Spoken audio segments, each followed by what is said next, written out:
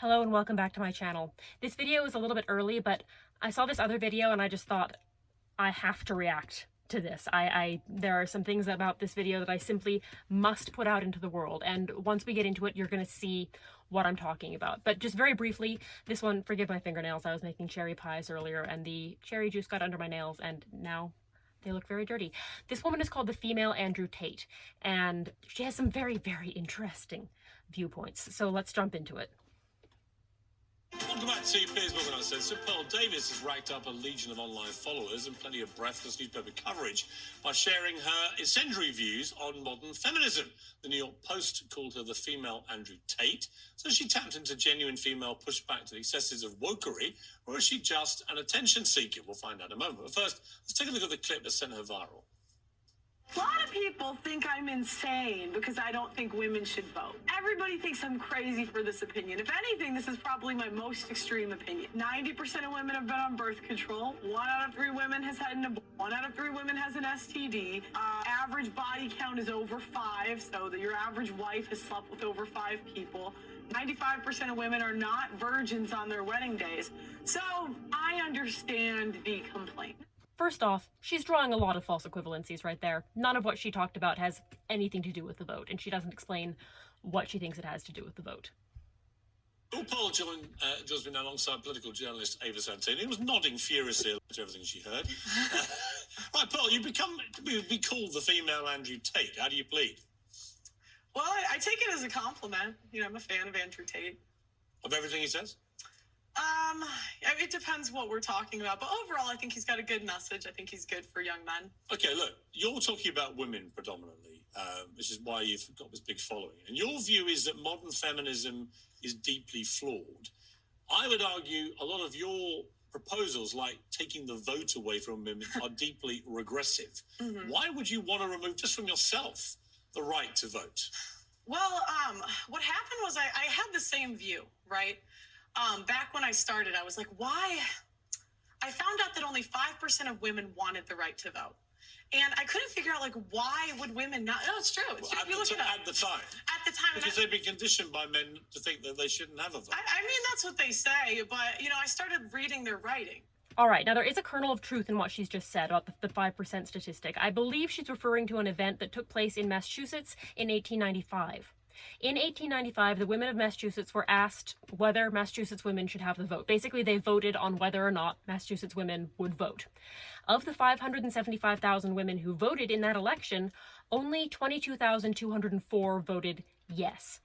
That's about 4%. So it does seem safe to say that a majority of women in the United States prior to 1920 were, at the very least, indifferent about the idea of getting a vote. It seems very likely that Miss Davis is working off of a 1903 Atlantic article written by Lyman Abbott, and it's about the 1895 event. The article is entitled, "Why Women Do Not Wish the Suffrage," and Miss Davis uses a lot of the same talking points that appear in this article. Now, I'm not going to read the entire article out loud to you. I'll link it down below if you're interested, but at the very beginning of the article, Mr. Abbott does summarize what he's going to say in the article, so I'll read you off the summary. He says, quote, "Briefly, I believe it is because woman feels, if she does not clearly see, that the question of woman's suffrage is more than merely political. It concerns the nature and structure of society, the home, the church, the industrial organism, the state, and social fabric. And to a change which involves a revolution in all of these, she interposes an inflexible, though generally a silent opposition. It is for these silent women, whose voices are not heard in conversations, who write no letters, deliver no lectures, and visit no legislative assemblies, that I speak. It is their unspoken thought and feeling I wish to interpret." Now, it is worth pointing out that this does not tell us how women of the time felt. This tells us how Mr. Abbott thought that women of the time felt. There's a big difference there. We don't know if Mr. Abbott's reasons for why women didn't want the vote are the actual reasons for which so many of the women of Massachusetts voted against getting the vote in 1895. We can only speculate. Other possible reasons that have been suggested are that they were afraid of male backlash, they had been brainwashed into thinking they couldn't vote, they were afraid to vote, they felt like they were too busy to vote, they thought that women voting went against the natural order of things, and etc. Likely all of these reasons and more played a part in why women rejected the vote in 1895 in Massachusetts. Because I personally feel very strongly that women are in fact endowed with brains, I tend to look askance at arguments that say that the anti-suffragette women were just puppets for powerful men. I believe that they had agency, and while I don't agree with their beliefs, and I don't necessarily agree with their reasons for believing the way that they did, I do believe that they were capable of independent thought and of making decisions for themselves. It is true that some of the most prominent anti-suffragists were women. One very prominent one was Mary Abigail Dodge, who wrote under the pen name Gail Hamilton. But even these writings are only so helpful to us because they only tell us how Gail Hamilton / Mary Abigail Dodge felt. They don't tell us how every woman felt. In a similar vein, the Massachusetts election is not the entire story. It only applies to women in Massachusetts in 1895. It does not tell us how women in North Carolina felt in 1913. For example. Both of them are before 1920, before women got the vote, but they're in different places, and one of them is 20 years after the Massachusetts event. So the information gathered from the Massachusetts event can only help us so much in determining what was going on in these women's heads. Secondly, the fact that 96% of women voted against getting the vote in 1895 in Massachusetts does not mean that 96% of women were actively opposed to the vote. Some of them may have just been indifferent to it. The fact that this Massachusetts vote is not the whole story is exemplified by the fact that after the 19th Amendment was passed, more than 5% of women in America registered to vote. The UC Berkeley Library released an article that speculates that between 35 and 45% of American women voted in the 1920 elections. And this was in the face of pretty severe voter repression laws that were going on at the same time. I'll link this article down below as well. An example of the type of voter suppression going on were laws passed in Mississippi and Georgia. In these states, women would have had to register to vote 4 months prior to the election. In other words, they would have had to register to vote prior to the passage of the 19th Amendment. You can see how a little bit of difficulty might spring from this law. So, at the very, very least, by 1920, at least 35% of American women, possibly more, wanted the vote, or at least thought that they might as well use it now that they have it. But at the end of the day, it's sort of irrelevant why so few women prior to 1920 wanted the vote. The fact of the matter is that women have the vote now, and statistics show that women like having the vote. For example, the number of women registered to vote in the United States outnumbers the number of men registered to a vote by about 7.4 million. According to the Center for American Women in Politics, a higher percentage of women, approximately 72% of women, have turned out to vote than men, approximately 66% of men, in every election since 1980, except for 1994, at which time 65.9% of women turned out to vote and 68.2% of men turned out to vote. It would be monstrous to remove from a group of people who want and exercise it a right simply because 120 years ago a bunch of people who, let us remember, are all dead now, did not want that right. Well, it also goes back to responsibility. Again, men are 80 to 90% of the military. They run all of the infrastructures that make society run. So I just think if we want an equal say in society, then be equal. Do 50% of the hard jobs. Be 50% of the military. In the U.S., they're fined $250,000 if they don't join selective service, which is essentially the draft. Okay, but specifically on the vote, what would having the right to vote have to do? All right, so one of the reasons that women don't do what Miss Davis describes as the hard jobs is because we have difficulty getting hired for them. One summer when I was in high school, I tried to get a job on a lobster boat. This is not an uncommon thing for teenagers in Maine to do. Now, I could not get hired onto a lobster boat because women's bad luck on bod. So in Miss Davis's opinion, I can't get a vote until I do a hard job, but I can't get a hard job because they're less likely to hire women, which is a bit of a catch-22 if you ask me. And I would also like to raise the question of what about the essential jobs that are female-dominated, like education and healthcare? A majority of public defenders and prosecutors are also female, and women make up a large percentage of the workforces that fill our factories and food processing plants. Why don't those count as hard jobs? If you want to talk about the 19th century, most domestic staff and factory workers were women. Why were none of those jobs hard enough to grant a vote? My mother was a carpenter in the 1980s. Is that job hard enough? Does she deserve a vote? Well, because again, before you weren't trying to divide a family. It was one family unit. You had one vote for the family. I mean, I don't think it's good for a family to have two votes. First off, why? And second off, sure, let's just say only one family should get a vote. Why does that vote have to be vested in the man? If it is truly one family, one vote, then surely the whole family should have an equal say in how that vote is cast. And under that system, do single mothers and lesbians and single women just not get to have their voices heard? Ava, your mouth seems to have dropped No, about but do you know what three it's sort of feet. like?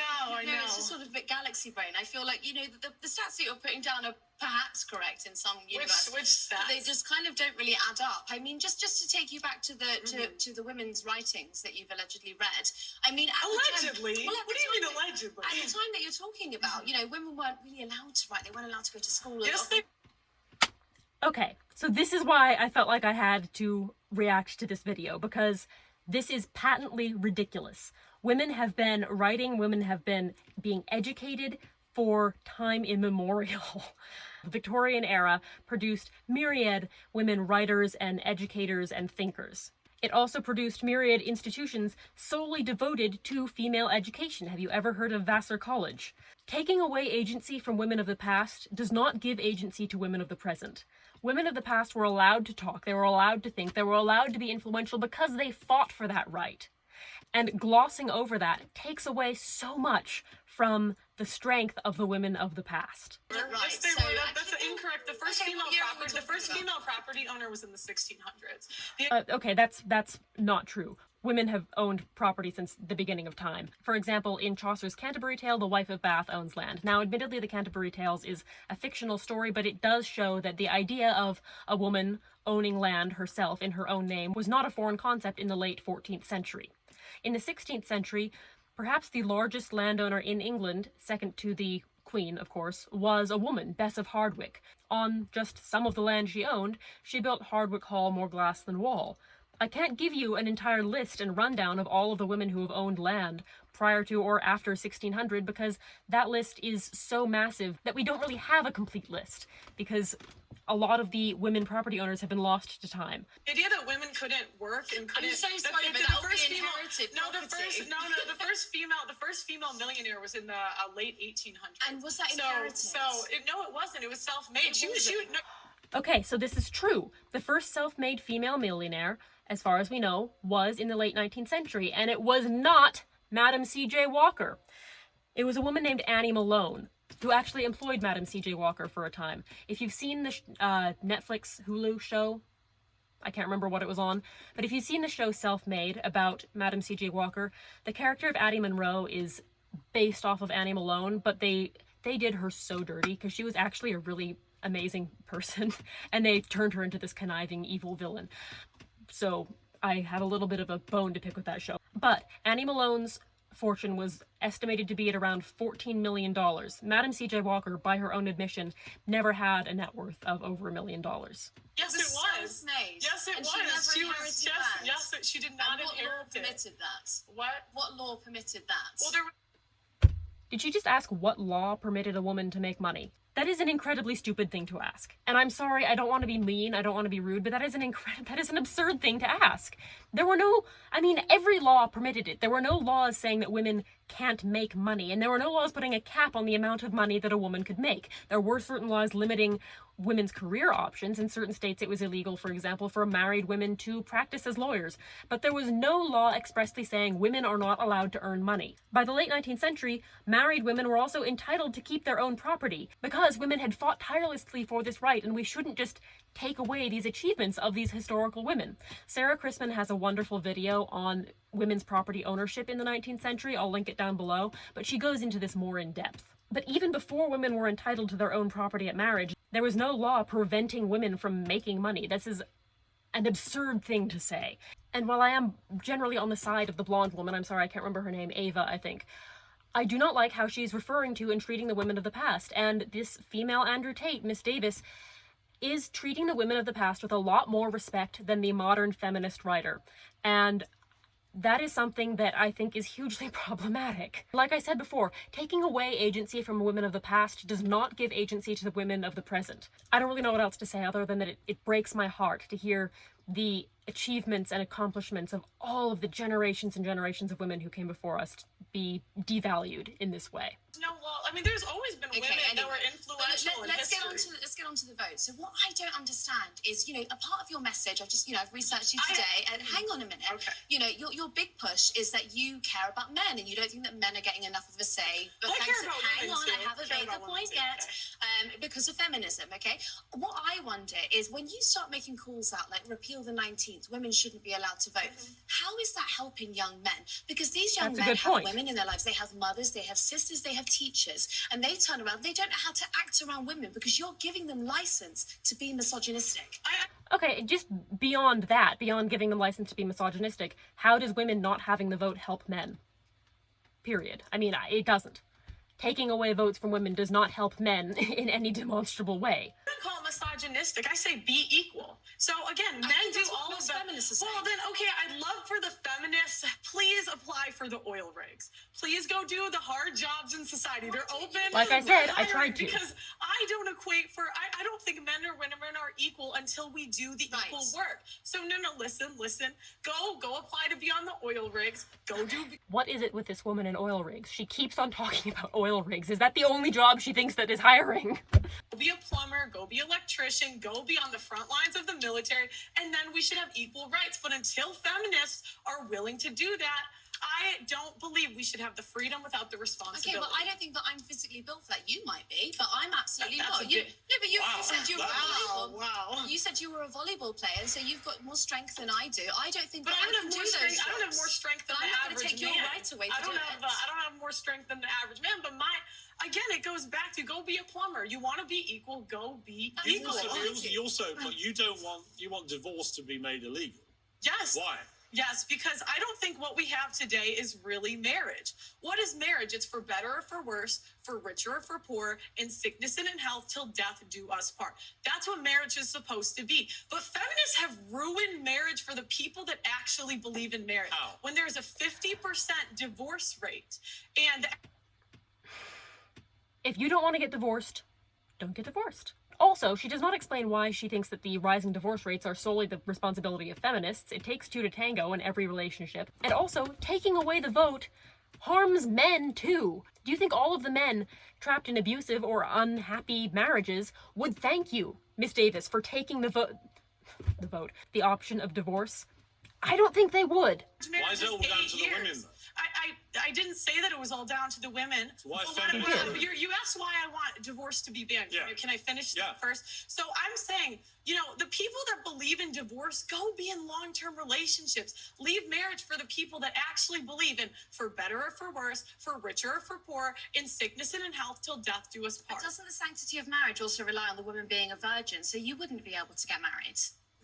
What do you mean? Well, you've spoken quite openly There- about how you're not a virgin, and so if you want to preserve that sanctity of marriage, I then think, I just think that you're upholding standards that you don't actually live by. And that's a fair complaint. I wish I was, but we can't go back. I don't know what you want me to say. But I just don't think it's fair that you get to be here and you get to Okay. be paid for your views, and you're telling other women that they shouldn't be allowed to. I think- and they should what abide is by the- Hang on. Okay, if I may, at some stage jump in. Isn't the whole point of being a feminist, though, that women are entitled to have their own views? Absolutely, and So she's Okay, Steve Harvey or whatever your name is. Feminism does not mean that all women need to agree with or even like each other. I absolutely believe that Phyllis Schlafly had the right to share her opinions with the world. That does not mean I had to like that she-devil or agree with the dog roll that she spewed forth. definitely entitled to her views. Yeah, but you You can't. might not like But them. I'm here to challenge Isn't she them. exercising her right as a... Are you a feminist? No, I am not. Really? No, Shocker. I wouldn't don't go that far. You don't want to be a feminist? No, because I think if feminists really believed in equality, but you guys don't, I would love for you. There is an oil rig hiring. What is it with this woman in oil I rig? would actually love to see Ava Santana on No, an oil rig. seriously.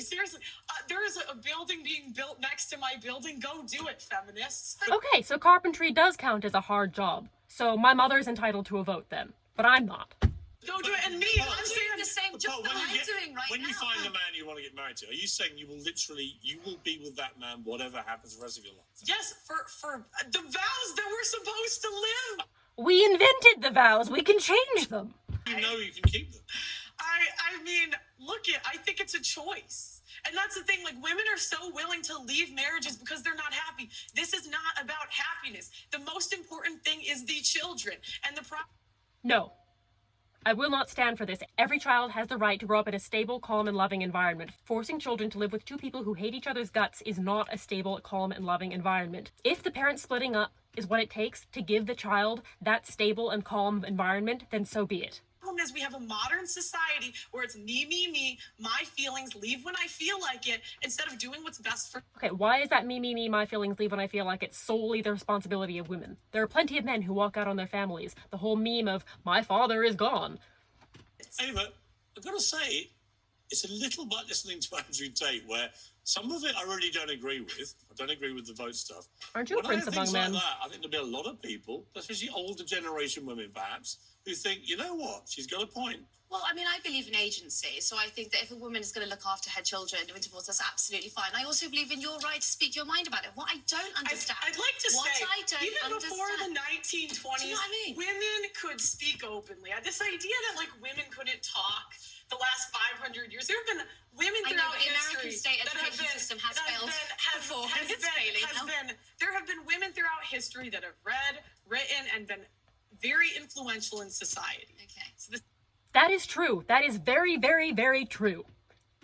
Thank you, Pearl Davis. Women could never do it. Do you know what I don't understand, though, is when it gets spiteful, okay? Because you put down a few arguments that I think are perfectly, like, you know, they're kind of evangelical and they're Christian, but those are your right to say it. What I don't understand is when it kind of seeps into this sort of, you call women fat, you say that they shouldn't have abortions, you say that they have STDs.